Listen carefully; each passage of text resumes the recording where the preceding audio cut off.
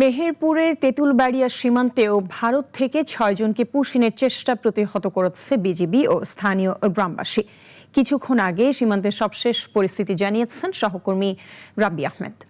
এই মুহূর্তে আছি মেহেরপুরের গাংনী উপজেলার তেঁতুলবাড়িয়া সীমান্তে, যে সীমান্তে আজকে ৬ জন ভারতীয় সীমান্তরক্ষী বাহিনী বিএসএফ ৬ জনকে পুশিন করেছে। আমরা এখানে এসে যেমনটি দেখতে পেয়েছি, বিজিবি এবং স্থানীয় জনগণ রুখে দিয়েছেন। সীমান্ত পর্যায়ে পতাকা বৈঠক হয়েছে এবং পতাকা বৈঠকে যেটি জানা গেছে যে ভারতীয় সীমান্তরক্ষী বাহিনী যারা আছেন তারা বলেছেন এরা বাংলাদেশি এবং তারা ভারতীয় নয়, তারা পুশিন করেন নাই বলে জানিয়েছেন এবং বিএসএফ তাদের গ্রহণ করছে না। আমরা দুপুর থেকে আমরা দেখেছি গুড়ি গুড়ি বৃষ্টির মধ্যে তারা মাঠের মধ্যে খোলা আকাশের নিচে অবস্থান করছে। এর মধ্যে 2 জন নারী, 3 জন পুরুষ এবং একজন শিশু রয়েছে।